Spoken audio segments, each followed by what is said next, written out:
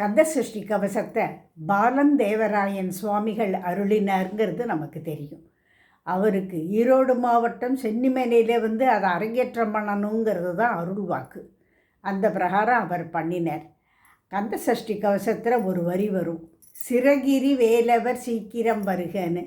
அந்த சிரகிரிங்கிற வார்த்தைக்கு என்ன அர்த்தம்னா சென்னிமலை அப்படிங்கிறது தான் அர்த்தம். சரியா?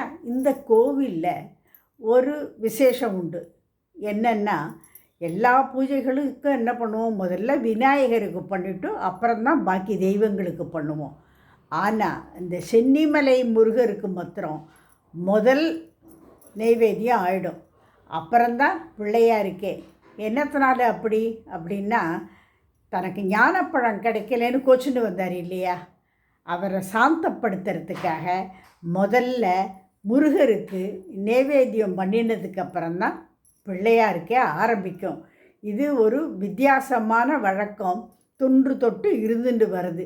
இந்த ஈரோடு மாவட்டத்தில் இருக்கிற செல்லிமலை முருகன் ரொம்ப ஒரு விசேஷமான முருகன்.